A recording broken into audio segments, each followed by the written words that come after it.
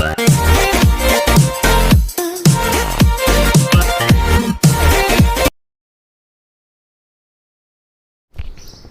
Dear student, welcome to our channel PKP. आज की class में क्लास 9th चैप्टर है आपका साउंड 12, इसके बारे में डिस्कस किया जाएगा। इसके पहले हमने साउंड क्या है, करेक्टरिस्टिक ऑफ साउंड हमने डिस्कस कर लिया है। आज हम इनके जो रिमेनिंग टॉपिक्स रह गए हैं उनको डिस्कस कर लेंगे। आफ्टर दैट आपके इन टेक्स्ट क्वेश्चंस, देन आपके एक्सरसाइज क्वेश्चंस को किया जाएगा। ओके, सो स्टार्ट करते हैं सोनिक बूम से। What is sonic boom? तो सबसे पहले आपको समझना है कि सोनिक बूम क्या है। तो आपने सुपरसोनिक, अल्ट्रासोनिक, हाइपरसोनिक ये सारी बातें सुनी होंगी, टर्म सुने होंगे। तो क्या होते हैं ये, ठीक है।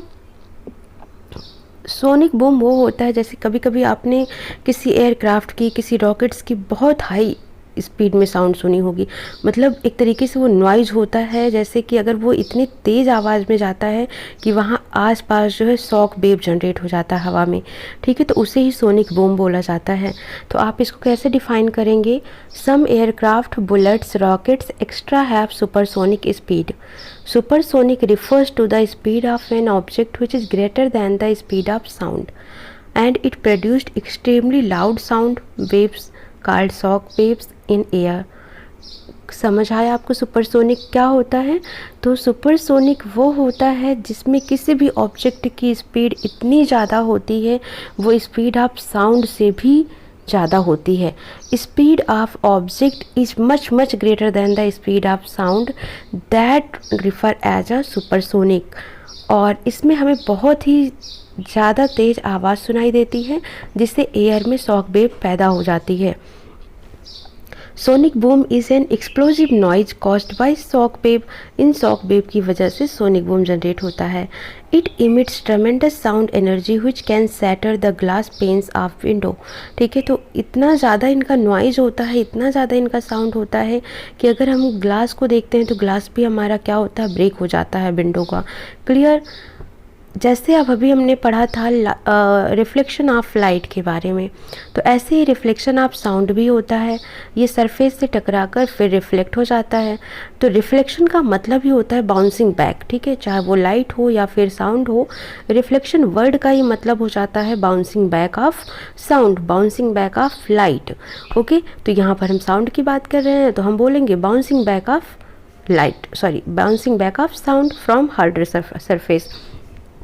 तो इसके भी दो रूल्स होते हैं, जैसे लाइट के दो रूल्स होते हैं, सेम वैसे ही इसके भी दो रूल्स होते हैं, ठीक है। तो वही दोनों रूल्स जो आपने लाइट के लिए याद रखे वही यहाँ पर भी लिखने हैं।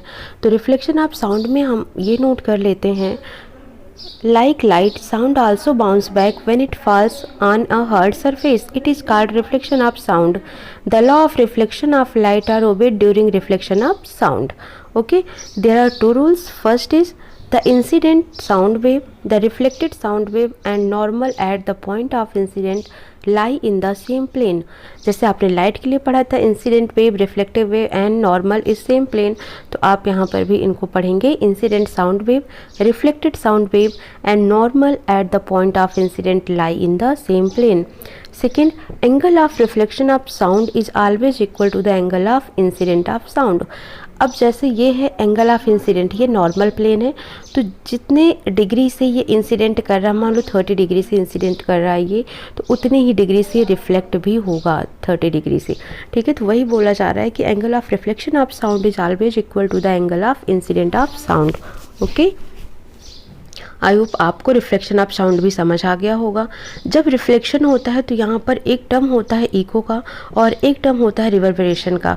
तो इको क्या होता है, तो सबसे पहले आप समझेंगे, जब कभी भी आप कहीं पर एक रूम में होते हैं तो वहाँ पर आप कुछ भी बोलते हैं तो बार बार आपको आपकी आवाज़ ऐसा लगता है कि रिपीट हो रही है ना, बूमिंग की आवाज़ आती है ऐसे, है ना। तो जैसे आप कुछ बोलते हैं ना तो वहाँ पर आपकी आवाज़ बार बार रिपीट होती है, तो वही रिपीटिशन ऑफ साउंड ही क्या कहलाता है, इको कहलाता है। ओके, तो आप क्या बोलेंगे, the repetition of sound caused by the reflection of sound wave is called an echo. We can hear when there is a time gap of 0.1 second in original sound and echo means reflected sound। जो हमारा original sound है जो generate हुआ और जो reflect होकर आया sound, इन दोनों के बीच में 0.1 सेकेंड का गैप होना चाहिए, तभी हम इको को सुन सकते हैं। Okay, echo is produced when sound reflected from a hard surface. Echo कब प्रोड्यूस होता है? जब भी साउंड वेव रिफ्लेक्ट होती है कहाँ से? हार्डर सरफेस से। Harder surface like bricks, wall, mountain etcetera. As soft surface tend to absorb sound. क्योंकि जो सॉफ्ट सरफेस होते हैं वो क्या करते हैं? साउंड को एब्जॉर्ब कर लेते हैं। फॉर एग्जाम्पल जैसे सुपरसोनिक बूम की बात की, तो ये साउंड को एब्जॉर्ब करने के लिए, नॉइज को एब्जॉर्ब करने के लिए इसीलिए कारपेट बिछाया जाता है, इसीलिए उस पर सॉफ्ट सरफेसेस का यूज किया जाता है। ओके, अब यहाँ पर डिस्टेंस कैलकुलेट करनी है इको की, तब हम कैसे कैलकुलेट करेंगे? To calculate the minimum distance to hear in echo, तो स्पीड इज इक्वल टू क्या होता है? Distance upon time. अब यहाँ पर एयर की बात हो रही है, तो साउंड होता है, speed of sound in air होता है 344 मीटर पर सेकेंड। तो हमने कहाँ पर स्पीड की जगह पर लिख दिया 344 इज इक्वल टू डिस्टेंस हमें निकालना है, टाइम हमें पता है 0.1 सेकेंड का, मल्टीप्लाई कर दिया तो डिस्टेंस मिल गया 34.4 मीटर का। बट ये जाएगा साउंड वेव, फिर रिफ्लेक्शन होकर फिर वापस आएगा, मीन्स ये डबल रेंजिंग की बात हो गई। तब हम अगर ऑडियंस की बात करेंगे, distance between reflecting surface and audience, ये साउंड वेव ओरिजिनल है, टकराया यहाँ से, फिर रिफ्लेक्ट हुआ, तो यहाँ से यहाँ का टाइम पीरियड जो है, इसके बीच का डिस्टेंस आपको निकालना है। तो आप क्या करेंगे? इसी का हाफ कर देंगे, तो 34.4 का हाफ करेंगे तो आपको मिल जाएगा 17.2 metre.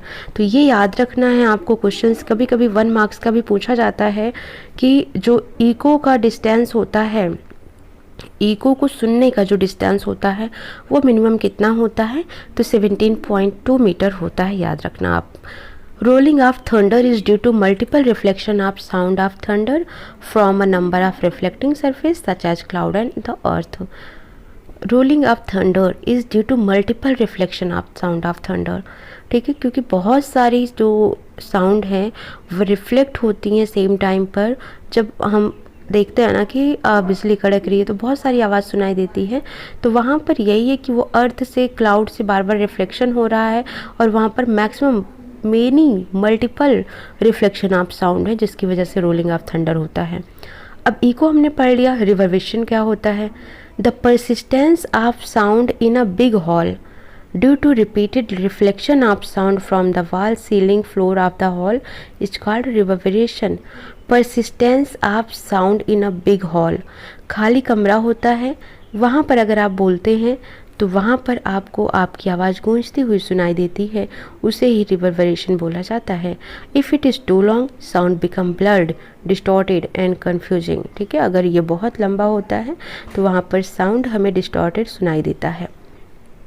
Method to reduce reverberation in big hall और ऑडिटोरियम, तो ऑडिटोरियम में आप देखते हैं कारपेट बिछा होता है ना, तो यही सब पॉइंट्स हैं यहाँ पर याद रखना है। Panel made of felt or compressed fiber board are put on walls and ceiling to absorb sound. Heavy curtain are put on door and windows. Carpet are put on the floor. Seats are made of material having sound absorbing property. तो जैसे मैंने आपको बताया जो soft होते हैं वो क्या करते हैं? साउंड को एब्जॉर्ब करते हैं। तो यहाँ पर कारपेट हो गया, कर्टेन हो गया, या फाइबर्स हो गए, या ऐसे मटेरियल जो साउंड को एब्जॉर्ब करने की प्रॉपर्टी रखते हैं, ऐसे सीट्स हो गए। तो इन सब का यहाँ पर यूज करके हम रिवर्बरेशन को रिड्यूस कर सकते हैं। Okay, now there are difference between echo and reverberation. अगर आपसे क्वेश्चन पूछा जाता है what is the difference between echo and reverberation, तब आपको यहाँ पर लिखना है। इको में आप क्या लिखेंगे? The repetition of sound caused by reflection of sound. Repetition of sound हो रहा है बट किसकी वजह से? रिफ्लेक्शन ऑफ साउंड की वजह से, तो वो इको हो गया। लेकिन persistence of sound in a big hall due to repeated और multiple reflection of sound from the wall, ceiling and floor of the hall is called reverberation. ठीक है, तो ये हो गया रिपीटिशन ऑफ साउंड और ये हो गया persistence of sound. Persistence of sound का मतलब हो गया हमारे कानों तक वो आवाज़ कितने सेकेंड तक रहती है। Echo is produced in big empty hall. Echo कहाँ पर प्रोड्यूस होता है? बड़े खाली हॉल में। Here is no multiple reflection of sound, sound is non persistent. और रिवर्बरेशन आप देखते हैं तो इसमें है if reverberation is too long sound become blurred, distorted and confusing due to overlapping of different sound. ठीक है, तो इस तरीके से आपको ये डिफरेंस याद रखना है। अब आगे देखेंगे application of reflection of sound. Means जो रिफ्लेक्शन ऑफ साउंड है इनकी क्या क्या एप्लीकेशंस, कहाँ कहाँ पर यूजेज हो सकते हैं, कहाँ कहाँ पर हम इनके एप्लीकेशंस देख सकते हैं। अब वो पॉइंट्स आपको देखना है। जैसे मेगाफोन हो गया, loud speaker, bulb horn, trumpets, shehnai etcetera.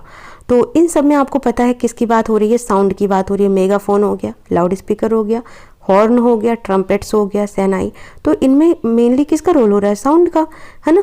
तो ये सभी कैसे डिज़ाइन होते हैं, are design to send sound in a particular direction without spreading all directions. Means ये कैसे होते हैं, ये एक ही डायरेक्शंस को देखते हैं, ओमनी डायरेक्शन जिसको आप बोलते हो, ठीक है। ये मल्टी डायरेक्शंस में नहीं जाते हैं। तो ओमनी डायरेक्शन जाते हैं, एक पर्टिकुलर डायरेक्शन में जाते हैं, जिसकी वजह से साउंड हमारी स्प्रेड ना होकर ऑल डायरेक्शंस में एक डायरेक्शन में जाती है और वो अच्छे से सुनाई देती है। All these instrument have funnel tube which reflect sound wave repeatedly towards audience। और all these instrument have funnel tube। अब आपको ये पॉइंट याद रखना है कि मेगाफोन हो गया, लाउड स्पीकर हो गया, हॉर्न हो गया, ट्रम्पेट हो गया, शहनाई हो गई, तो इन सभी इंस्ट्रूमेंट्स में किस टाइप का ट्यूब होता है, तो फनल ट्यूब होता है, ठीक है, जो कि साउंड को रिफ्लेक्ट करती है continuously. In this amplitude of sound wave add up to increase loudness of sound, ठीक है। इसमें क्या होता है, amplitude of sound waves add ups, ठीक है, ऐड किए जाते हैं ताकि जो लाउडनेस है साउंड की वो इंक्रीज हो सके। सेकेंड एप्लीकेशन है स्टेथोस्कोप का। Stethoscope you know what is, जिससे हार्ट बीट को मेजर किया जाता है। ये डायग्राम आपको यहाँ पर दिखाई दे रहा है, this is stethoscope, clear. It is a medical instrument used for listening the sound produced in human body mainly in hearts and lungs. तो जो हमारे हार्ट या लंग्स होते हैं तो उनके साउंड को सुनने के लिए हम इस इंस्ट्रूमेंट का यूज करते हैं। The sound of the heart beat reaches the doctor's ear by multiple reflection of the sound wave in the rubber tube of stethoscope, ठीक है। तो ये सब पॉइंट्स आपको याद रखना है। मेगाफोन लाउड स्पीकर में यूज होता है, ठीक है, स्टेथोस्कोप में यूज होता है, साउंड बोर्ड में यूज होता है, तो ये साउंड बोर्ड हो गया। इन बिग हॉल्स और auditoriums sound is absorb by wall, ceiling, seat etcetera. So a curve board, जिसको हम साउंड बोर्ड बोलते हैं, is placed behind the speaker, speaker के बिहाइंड इसको प्लेस किया जाता है, so that his speech can be heard easily by audience, जिसकी वजह से जो स्पीकर होता है, स्पीकर का मतलब आप समझ रहे हैं, जो स्पीच दे रहा होता है उसकी आवाज़ ऑडियंस तक ईजिली आ पाती है। The sound board works on the multiple reflection of sound. तो जो साउंड बोर्ड है ये भी किस पर वर्क कर रहा है, मल्टीपल रिफ्लेक्शन ऑफ साउंड पर वर्क कर रहा है। सेम यहाँ पर अगर हम स्टेथोस्कोप की बात करते हैं तो ये भी आपका मल्टीपल रिफ्लेक्शन ऑफ साउंड पर वर्क कर रहा है, और वहीं पर मेगाफोन लाउड स्पीकर तो ये भी आपका एक मल्टीपल रिफ्लेक्शन पर वर्क कर रहा है, ठीक है। तो ये सभी पॉइंट्स आपको याद रखना है। फोर्थ है the ceiling of concert hall are made curve. इस तरीके से आपको दिख रहा है यहाँ पर, और ये कंसर्ट हॉल है तो इसमें भी आप देखेंगे सीलिंग इसकी कैसी होती है, कर्व शेप में होती है, so that sound after reflection from ceiling reaches all the part of the hall, ठीक है। तो जिसकी वजह से ये रिफ्लेक्ट होकर हॉल में ये पहुँच पाती है। आई होप आपको ये समझ आ गया होगा। अब रेंज ऑफ हियरिंग क्या होती है, तो आप सभी को पता है कि यहाँ पर अगर हम साउंड की बात करते हैं 3 टाइप्स में डिवाइड हो जाता है। एक होता है जो हम बोलते हैं ऑडिबल रेंज। ऑडिबल रेंज होता है, ऑडिबल रेंज की अगर हम बात करें तो ये 20 से 20 हर्ट्ज टू 20 किलो हर्ट्ज तक होता है, ठीक है। तो range of hearing in human is 20 hertz to 20,000 hertz, ठीक है। आप 20 किलो हर्ट्ज बोल सकते हैं इस चीज़ को। तो यहाँ पर आपको इतना समझना है, जो हम लोग हैं ये ऑडिबल रेंज को सुनते हैं, यानी कि सुनने वाली जो रेंज है हमारी वो है 20 हर्ट्ज टू 20 किलो हर्ट्ज, ठीक है। चिल्ड्रन यंगर देन 5 ईयर्स, ऐसे बच्चे जो 5 साल से बड़े हैं, and dog can hear up to 25 kilo hertz, ठीक है। और जो डॉग्स होते हैं वो भी 25 किलो हर्ट्ज तक सुन सकते हैं। दूसरा जो वेव है साउंड है वो है इंफ्रासोनिक। तो अभी तक हमने जो रेंज देखी थी वो 20 से 20 किलो हर्ट्ज देखी थी, 20 हर्ट्ज टू 20 किलो हर्ट्ज देखी थी ऑडिबल रेंज की। अब 20 हर्ट्ज से बिलो जो होती है, इससे बिलो जो होती है वो क्या होती है, वो होती है हमारी इंफ्रासोनिक, और 20 किलो हर्ट्ज से ज़्यादा जो होती है वो होती है अल्ट्रासोनिक, ठीक है। तो यही पॉइंट्स आपको यहाँ पर लिखा हुआ है। Range of hearing 20 hertz to 20 kilo hertz, Sound of frequencies lower than 20 Hz are known as infrasonic. Sound of frequencies higher than 20 Hz are known as ultrasonic waves. तो आप इसको ऐसे बना सकते हैं, ये 20 Hz हो गया, ये 20 किलो हर्ट्स हो गया।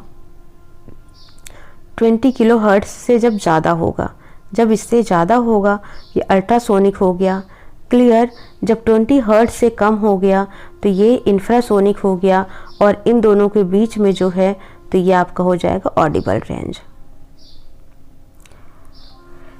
अब हम इंफ्रासोनिक को देख लेते हैं। अब vibrating simple pendulum produced infrasonic wave, तो जो पेंडुलम होता है वो इंफ्रासोनिक साउंड को प्रोड्यूस करता है। रिनोसेरोसोरस जो जानवर होता है, एनिमल होता है rhinoceros, communicate each other using frequencies as low as 5 hertz. ठीक है, 5 हर्ट्ज से कम की फ्रीक्वेंसीज पर वो एक दूसरे से कम्युनिकेट करते हैं। Elephant and whales produced infrasonic, यहीं पर अगर डॉल्फिन होता तो डॉल्फिन हमारी कौन सी वेव प्रोड्यूस करती है? अल्ट्रासोनिक। ठीक है, तो याद रखना है वेल जो होती है वो इंफ्रासोनिक वेव प्रोड्यूस करती है, जबकि जो डॉल्फिन होती है वो अल्ट्रासोनिक वेव प्रोड्यूस करती है। तो इंफ्रासोनिक के एग्जाम्पल याद रखने हैं आपको, एलिफेंट, वेल, रिनोसोरस और सिंपल पेंडुलम, ये सभी इंफ्रासोनिक साउंड वेव होती हैं। Earthquake produced infrasonic waves before shock waves which some animals can hear and get disturbed। आपको पता है जब अंडमान निकोबार में भूकंप आया था, अर्थक्वेक आया था, तो उस टाइम पर वहाँ के जो एनिमल्स थे उन्होंने एक अजीब टाइप की हरकत की थी, जिसकी वजह से वहाँ के रहने वाले लोगों को पता चल गया था और उन्होंने आइलैंड को खाली कर दिया था, जिसकी वजह से वहाँ पर ज़्यादा से ज़्यादा ट्रेजेडी नहीं हुई थी। ठीक है, तो ये पॉइंट्स आपको याद रखना है कि जो एनिमल होते हैं उनको अर्थक्वेक का या फिर कोई भी नेचुरल डिजास्टर होना होता है तो उनको पहले से ही पता चल जाता है। थर्ड पॉइंट है अल्ट्रासोनिक वेव्स का। तो अल्ट्रासोनिक वेव्स के एग्जांपल्स क्या क्या हो जाएंगे? डॉग हो गया, परपॉइजेज हो गया, डॉल्फिन हो गई, bat, rat can hear ultrasonic sound. Bat, rat can produced ultrasonic sound, ये सुन भी सकते हैं अल्ट्रासोनिक साउंड को और प्रोड्यूस भी करते हैं। कौन? बैट और रैट। तो आई होप आपको याद हुआ होगा। ऑडिबल रेंज हम ह्यूमन बीइंग का हो जाएगा। इंफ्रासोनिक में आपको एलिफेंट, आपको वेल, आपको सिंपल पेंडुलम, अर्थक्वेक, ये सब याद रखना है। और अल्ट्रासोनिक की बात करें तो अल्ट्रासोनिक में आपको डॉग हो गया, रैट हो गया, बैट हो गया और डॉल्फिन हो गया और परपॉइजेज हो गए। ठीक है, ये आपको याद रखने हैं। अब आता है हियरिंग एड की। It is a battery operated electronic devices used by person who are hard of hearing. कुछ आप ऐसे लोग होते हैं जिनको हम बोलते हैं बहरे लोग, बाधिर लोग, जो मतलब सुन नहीं सकते हैं, डीफ होते हैं एक तरीके से। तो उनमें हम क्या करते हैं, एक टाइप की मशीन का यूज करते हैं ताकि वो हमारी बातों को सुन सकें। Microphone convert sound into electrical signal, then those are amplified by amplifier. Amplified signal are sent to the speaker of hearing aid. The speaker convert the amplified signal to sound and sent to ear for clear hearing. तो hearing aid का मतलब क्या हो गया? एक तरीके की ये ऑपरेटिंग इलेक्ट्रॉनिक डिवाइस है जो कि बैटरी पर चलती है। किस टाइप के पर्सनस के द्वारा यूज किया जाता है? ऐसे पर्सनस जो हार्ड ऑफ हियरिंग रखते हैं। ठीक है, क्योंकि हमें पता है जो माइक्रोफोन होता है वो साउंड के इलेक्ट्रिकल सिग्नल में कन्वर्ट करता है और एम्पलीफायर द्वारा एम्पलीफाई कर दिया जाता है। ठीक है, फिर जो एम्पलीफाइड सिग्नल होता है वो स्पीकर तक पहुंचता है हियरिंग एड के थ्रू, और स्पीकर जो होता है वो कन्वर्ट करता है एम्पलीफाइड सिग्नल को साउंड में। समझ आ गया स्टेप आपको? सबसे पहले हमने देखा कि जो ये डिवाइस है इसमें माइक्रोफोन लगा हुआ है। तो ठीक है, अब माइक्रोफोन ने कन्वर्ट किया, कोई भी हमने साउंड बोला तो साउंड से माइक्रोफोन कन्वर्ट हुआ किसमें? इलेक्ट्रिकल सिग्नल में, और ये इलेक्ट्रिकल सिग्नल एम्पलीफाइड हो गया एक एम्पलीफाई लेवल तक, और इसी एम्पलीफाई सिग्नल्स को इस मशीन ने भेज दिया हमारे कान तक, यानी स्पीकर के कान तक जो सुन नहीं पा रहा है। ठीक है, और फिर स्पीकर क्या करता है? कन्वर्ट करता है इसको एम्पलीफाई सिग्नल को साउंड में। ठीक है, इस तरीके से वो क्लियर सुन पाता है। तो जो मशीन है इसमें एक तरफ आपको माइक्रोफोन दिखाई देगा कि माइक्रोफोन लगा हुआ है, और दूसरी साइड इसी में स्पीकर लगा होता है। ठीक है, तो माइक्रोफोन क्या करता है? इलेक्ट्रिक साउंड को इलेक्ट्रिकल में, और स्पीकर क्या करता है? इलेक्ट्रिकल को साउंड में कन्वर्ट कर देता है। बाकी बीच में एम्पलीफायर लगा होता है जो उसको एम्पलीफाई कर देता है। ओके, तो इस तरीके से हियरिंग एड यूज किया जाता है। अब एप्लीकेशन ऑफ अल्ट्रासोनिक साउंड की बात करते हैं। तो अल्ट्रासाउंड का यूज कहाँ पर किया जाता है? It is use to detect cracks in metal blocks in industries without damaging them. ठीक है, किसी भी मेटल में कोई क्रैक्स है क्या, इस डिफेक्शन का पता करने के लिए हम अल्ट्रासाउंड वेव का यूज करते हैं। ठीक है, It is used in industries to clean hard to reach parts of objects such as spiral tube, odd shape machine etc. ऐसे मशीनें या ऐसे मटेरियल्स जिनको क्लीन कर पाना बहुत ही हार्ड होता है, वहाँ पर भी हम अल्ट्रासाउंड का यूज करते हैं। It is used to investigate the internal organ of human body such as liver, gall bladder, kidneys, uterus and heart. हम बोलते हैं ना अल्ट्रासाउंड कराने जा रहे हैं, है ना, तो अल्ट्रासाउंड ऐसे ऑर्गेन्स का, ऐसे इंटरनल ऑर्गेन्स का इन्वेस्टिगेट करने के लिए किया जाता है जो हमारी बॉडी के इनसाइड हैं, जैसे liver, gall bladder etcetera. Echocardiography क्या होता है? तो जब भी कार्डियोग्राफी आ जाए आप समझ लेना हार्ट से रिलेटेड हो गया। तो अब इकोकार्डियोग्राफी आ गया, तो इसका मतलब ये क्या कर रहा है, these waves are use to reflect the action of heart and its image are formed.